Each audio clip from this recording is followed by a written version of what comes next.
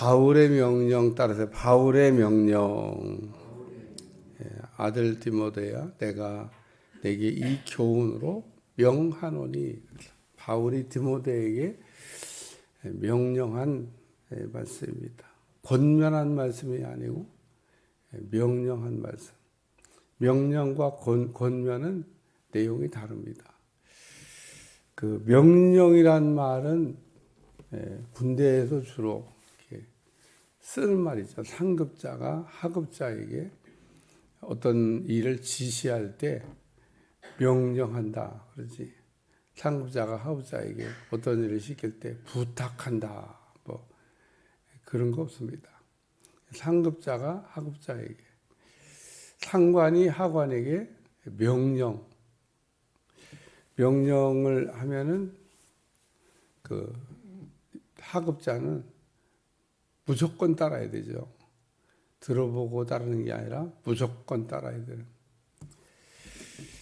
그래서 오늘 바울이 디모데에게 세 가지 내용을 이렇게 명령하고 있는데, 첫째는 선한 싸움을 싸우라 그렇게 얘기하고 있습니다.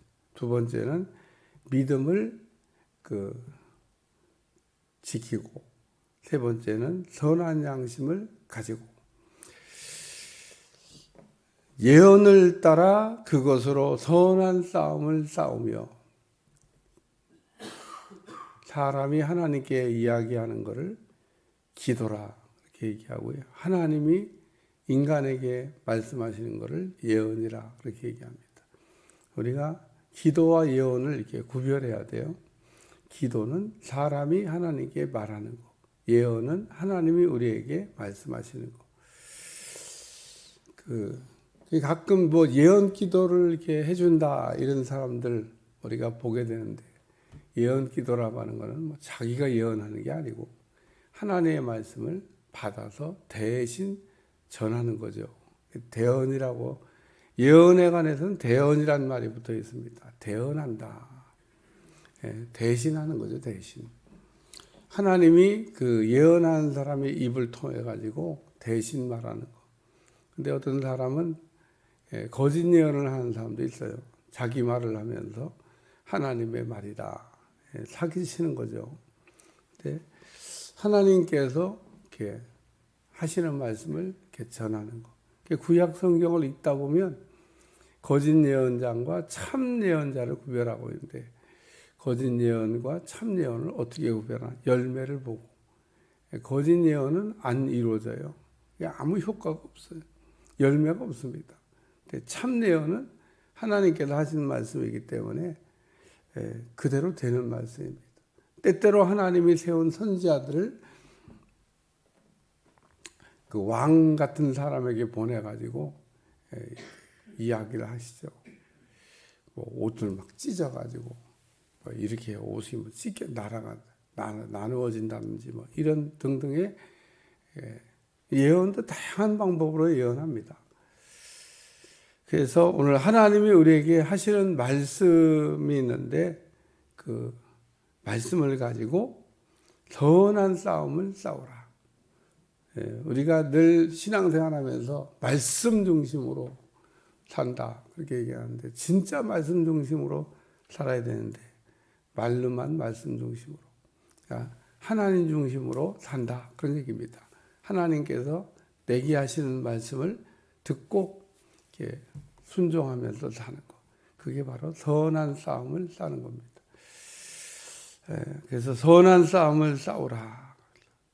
왜 우리가 선한 싸움을 싸워야 되냐면, 그 싸우다 보면 막 싸우는 거가 뭐 그냥 다반사이기 때문에 그렇습니다. 싸우다 보면 뭐 아래도 없고 위도 없고 또 원칙도 없고 뭐 법도 없고 뭐 그런 거를 우리가 막 싸워. 우리가 싸울 때 하나님의 말씀의 테두리 안에서 하나님이 말씀하시는 그것을 따라서 싸우는 거. 선한 싸움이다 그런 겁니다. 두 번째는 믿음을 지키고라는 거예요. 싸우다 보면 뭐가 떨어지냐? 믿음이 떨어져요. 믿음이. 싸우다 보면 아주 가장 쉽게 영향을 받는 거가 믿음입니다. 오늘 특히 악한 자들하고 우리가 싸우다 보면 믿음을 잃어버리게 됩니다. 우리는 절대 믿음을 잃어버리면 안 되는데, 사람들은 자기가 이렇게 믿음을 잃어버렸는데도 믿음이 있다고 이렇게 생각을 하고 사는 사람들이 제가 볼 때 이렇게 주변에 참 많더라고요. 믿음이 없는데 믿음이 좋은 줄로 이게 생각을 해요. 그것 중에 이제 하나가 내가 목사이기 때문에 그 직함이 속이는 거예요. 목사이면 믿음이 좋은가? 또 내가 장로이기 때문에 장로란 직함을 갖고도 믿음이 좋은가? 그럴 수도 있고 아닐 수도 있는데 사람들은 목사나 장로라는 직함을 갖고 있으면 믿음이 좋고 뭐 집사나 평신도 믿음이 없고 이렇게 생각을 해요. 또 한 가지, 나이가 내가 들었으면 믿음이 좋다 이렇게 생각합니다. 그러니까 신앙생활을 오래 한 거 얘기하는 거예요. 신앙생활을 내가 오래 했으니까 그러면은 믿음이 좋은가? 믿음이 좋을 수도 있고 아닐 수도 있는 겁니다.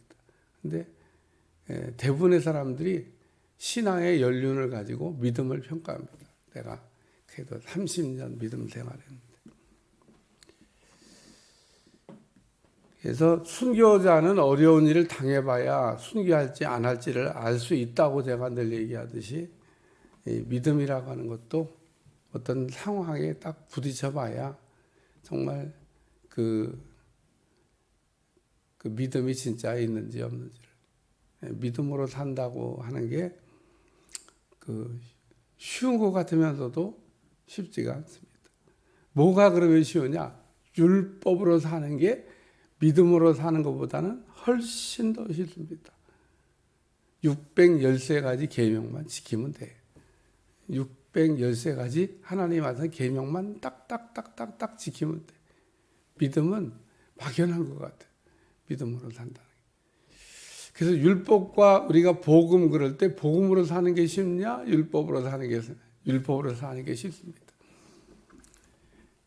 그래서 유대인들이 율법을 다 지켰다고 자랑하잖아요. 지키면 되는 거니까.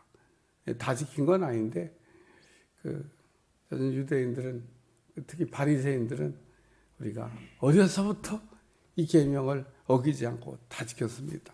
그러니까 예수님이 거기다 잎을 달지 않았어요. 네가 4번째 계명, 600번째 계명 그거 못 지켰잖아. 이렇게 잎을 안 달았습니다. 그러니까 얼마나 이 바리새인들이 613가지 계명을 벗어나지 않으려고 애를 썼을까. 대단한 사람들입니다. 그래서 너희의 의가 바리새인과 서기관보다 낫지 아니하면 율법을 어기지 않고 살려고. 그래서 바리새인들이 저 멀리서 여자가 오는 것 같다 그러면 눈을 감아버려. 그리고 가다가 전부상대에 꽝 부딪혀. 왜? 보고선 죄를 지을까 봐. 내가 이렇게 여러분한테 예를 들었지만 진짜 그렇게 살았다고 그러더라고요, 기록에. 그러니까 이 바리새인들이 얼마나 율법을 어기지 않으려고 애를 썼냐라고 하는 것을 보여주는 말씀입니다. 오늘 믿음은 들음에서 나며 들음은 그리스도의 말씀으로 말미암았느니라. 말씀을 잘 들으면, 제가 전제를 달았어요. 말씀을 잘 들으면 믿음이 생깁니다. 근데 왜 말씀을 듣는데 믿음이 안 생기냐? 길가와 같은 말. 마음문을 닫았어요. 그릇으로 얘기하면 뒤집어 놨어요. 말씀 안 들어갑니다. 종색이 그릇이 너무 작아. 그래서 하나님의 말씀을 담기에는 너무 그릇이 작아. 하나님의 말씀은 예를 들면 100개인데 그릇은 1개밖에 담을 수가 없어.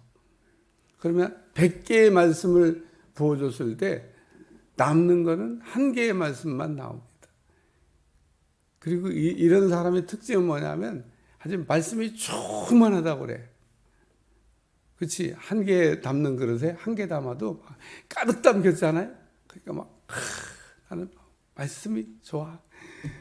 말씀이 엄청 있는 것 같은데 100개를 부어주셨는데 다 흘러가고 다 쏟아지고 하나만 남았는데 자기 그릇의 용량이 하나니까 아주 가득 찼다고 기분. 말씀이 막 나는 막 풍성하다고 착각하는데 말씀이 풍성한 게 아닌데 여러분이 종색이라는 걸 잘 이해하셔야 돼요. 내 그릇이 종색이면 그냥 조금만 담아도 막 금방 막 저기 막 은혜가 막 금방 막 그냥 막 기쁨이 막 은혜와 기쁨이 막 금방 막 이렇게 하는데 이걸 가지고는 자동차 기름으로 얘기하면 100개를 기름을 차에다 둬야 되는데 한 개를 넣으면 1km도 못 가. 100km 가야 되는데 1km도 못 가. 말씀을 담은 게 하나밖에 못 담았어. 하나님이 100개를 부어주면 100개를 다 우리의 그릇에 담을 수 있는 인격, 담을 수 있는 그릇. 오늘 우리가 말씀을 이렇게 들었는데 나는 이렇게 믿음이 없는지 몰라. 뭐가 문제가 있어? 믿음의 문제가, 아니 그릇의 문제가 있었어. 그러니까 그릇에 담지를 못하면서 나는 왜 이렇게 믿음이 없는지 몰라. 하나님은 우리가 준비한 것만큼 쓰시고 그릇만큼 담아주십니다. 하나님이 안 담아주신 게 아니에요. 네 그릇을 바꿀 생각을 안 하고 맨날 그 그릇에다가 담아봐야 종색인데 그걸 못 깨닫냐. 엘리사가 엘리야를 따라다니다가 너는 내게 구하라. 내가 너한테 뭘 줬으면 좋겠냐. 갑절의 영감을 얻기를 원합니다. 네가 어려운 걸 구하는도다. 그러면서 안 된다. 그거 안 되는 걸 구하는 거다. 이렇게 얘기 안 했어요. 어려운 걸 구하는도다. 네 지금 그릇 종색을 가지고는 그거를 받을 수가 없어. 너가 너무 큰 거를 구했어. 우리가 예를 들면 내 그릇이 지금 1개인데 100개를 담아야 되겠다고 생각하면 그릇을 100개짜리로 바꾸면 되는 거죠. 뭐. 그래서 이 종색이 그릇이 됐습니다. 말씀이 안 담겨요. 하나님이 안 부어주셔서 안 담기는 게 아니라 말씀은 매일 그냥 장마비를 쏟아붓듯이 막 쏟아지고 있는데 그러니까 우리가 은혜를 받는다고 하는 것도 다 사람마다 똑같이 은혜를 받는 줄 알지만 그릇만큼 은혜를 받는 겁니다. 막 종제기는요, 막 금방 막 뜨거워져, 막 불똥이가 돼, 막. 근데 금방 싸늘해져 갖고 왔어. 왜 그럴까? 종제기라. 그러니까 금방 뜨거워지고 금방 싸늘해져. 믿음이 있는 것 같은데 금방 믿음 없는 불신자 같아. 아이 참 이거 뭐 어떻게 된 거야? 여러분이 지금 제가 설명하는 것을 잘 이해하셔야 됩니다. 그리고 이 가시밭길, 이거 마음이 상한 자를 얘기하는 겁니다. 눌린 자 혹은 마음이 상한 자, 그릇이 깨진 걸 얘기하는 겁니다. 그릇이 깨진 걸 알아야 되는데, 그릇이 찌그러진 걸 알아야 되는데 내 그릇이 찌그러졌나? 그러면 매일 원망, 불평, 부정적인 얘기, 안 된다는 얘기. 왜 그릇이 찌그러져? 불량품이라 계속 뭐든지 안 돼. 그러니까 이 불량품.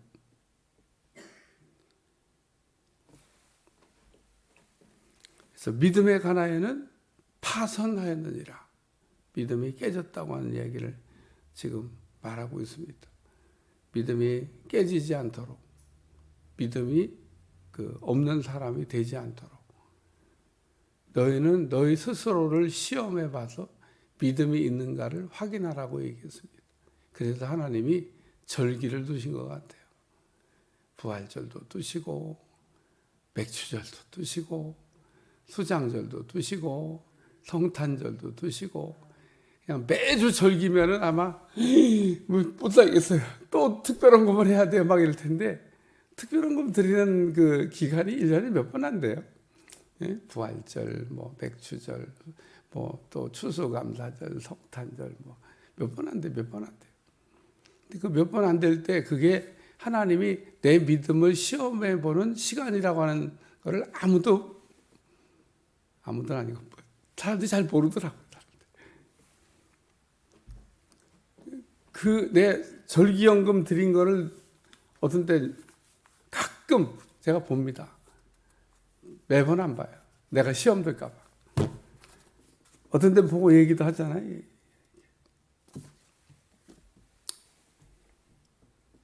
참 부활절 아니 추수감사절 헌금을 10,000원 하시는 분이 있습니다. 10,000원 할 수도 있지. 뭐 목사님 추수감사 헌금 뭐 10,000원 한 걸 갖고 얘기하는데 추수감사절이 뭔지를 모르는 거죠. 추수를 하고 1년 동안 농사를 지어서 추수를 하고 거둔 거를 생각하면서 하나님 앞에 감사하는데 1년 동안 거둔 것의 감사가 10,000원밖에 안 된다 그러면은 그거밖에 못 받은 거죠. 내년 추수감사절 때는 어떻게 할까? 그러니까 오늘 우리가 믿음이 있는가를 이렇게 늘 한번 점검해 봐야 되는데 점검할 시간을 줘도 그게 점검 시간이라고 생각을 안 합니다.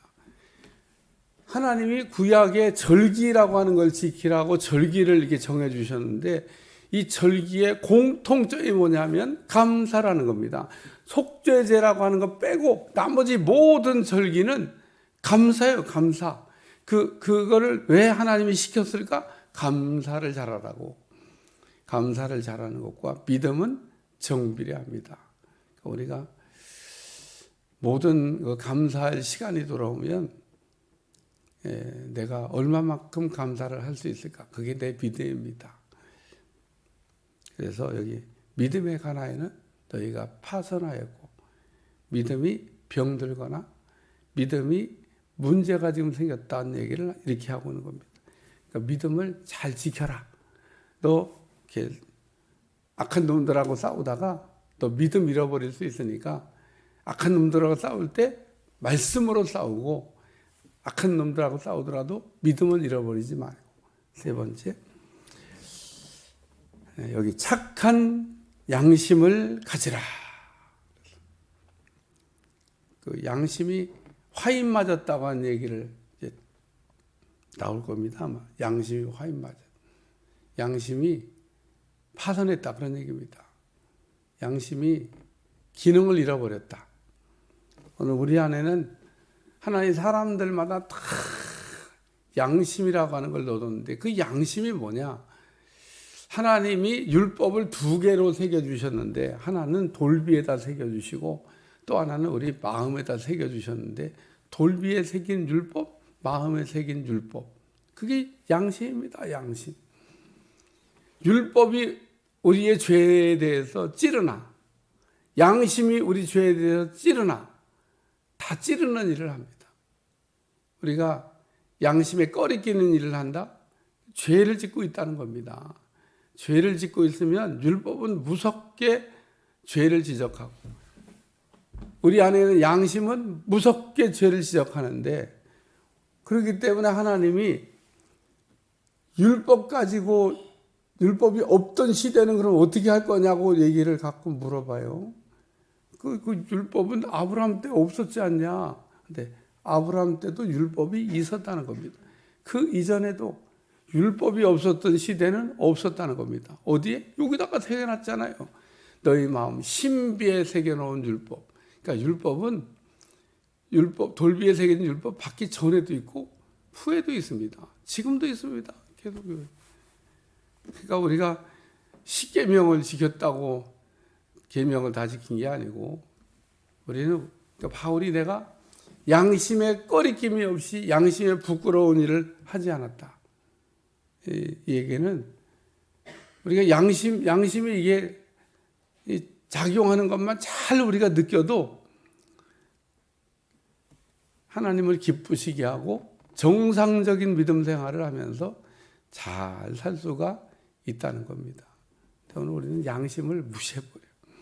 너는 양심도 없냐. 우리가 가령 어렸을 때 어린아이가 뭔가를 이렇게 죄 짓는 일을 했을 때는 얼굴이 막 빨개집니다. 아주 쳐다보고 있으면 야 순수하다. 정말 어린아이답다. 그래서 그걸 보고 우리가 감동하잖아요. 얼굴이 막 빨개. 아이고 저놈 얼굴이 막. 그 양심이 정상 작동할 때 어린아이에게 나타나는 그 이게 외형적인 표현입니다. 근데 어른이 돼가면서 그렇게 빨간 게 나타났던 게 여기 빨갛게 나타나 안 보여 안 보여. 자기도 못 느껴. 양심이 완전히 병든 겁니다. 오늘 우리는 얼마나 양심이 이렇게 양심에다가 이렇게 쇠판을 이렇게 깔아가지고 양심의 소리가 잘 안 들려요. 그래서 오늘 우리는 뭐를 회복해야 되냐? 주여, 내 안에 있는 양심을 회복하여 주시옵소서. 양심이 살아나게 하여 주시옵소서. 양심이 있는 사람이 되게 하여 주시옵소서. 그리스도인들은 기도 제목이 돼야 됩니다. 양심을 따라만 살아도 깨끗하게 사는 겁니다. 오늘 디모데에게 바울이 명령하기를 싸우긴 싸워야 되는데 선한 싸움을 싸우고 또 싸움은 싸우는데 믿음은 잃어버리지 말고 싸움은 싸우는데 양심을 화인 맞지는 말아야 된다. 근데 여기 그 가운데 후메네오 알렉산더가 있으니 내가 사탄에게 내어준 것은 그들로 훈계를 받아 신성을 모독하지 못하게 하려 함이라. 이렇게 잘 나가다가 선한 싸움을 못 싸우고 믿음을 잃어버리고 양심이 화인 맞은 사람 후메네오 알렉산더 대표 주자가 있다. 경계 대상이라는 겁니다. 오늘 우리 주변에 이 후메네오와 알렉산더 같은 사람이 있는데 이런 사람은 친구하면 안 돼요. 가까이 하면 안 됩니다. 멀리 해야 될 사람입니다. 기도하겠습니다. 하나님, 오늘도 디모데에게 바울이 명령한 3가지 목회를 하는 디모데에게 주셨던 말씀입니다. 오늘 우리에게도 주신 말씀인데 잘 새기게 하셔서 승리케 하여 주옵소서. 예수님의 이름으로 간절히 기도합나이다. 아멘.